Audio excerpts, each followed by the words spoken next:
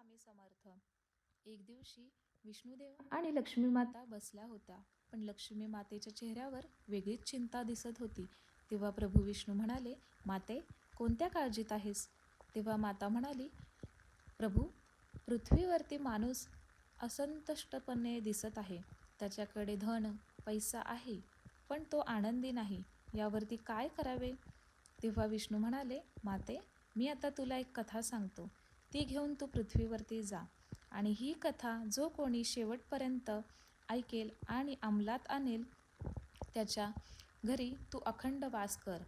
अडचणी, दुःख, संकट, आजार, रोगराई, पाप, ताप सगळ्यातून तो मुक्त होईल आणि जिथे या अंमलात आणल्या गेलेल्या गोष्टी राहतील तिथेच माझाही वास राहील आणि मी त्यांना अखंड धनलाभ, सुख, आनंद आणि परम आनंद मिळवून देईल आणि तिथेच वास करेन. आणि जो कोणी मनुष्य ही कथा ऐकणार नाही त्याला मात्र त्याच्या संकटांना तोंडच देत राहावं लागेल.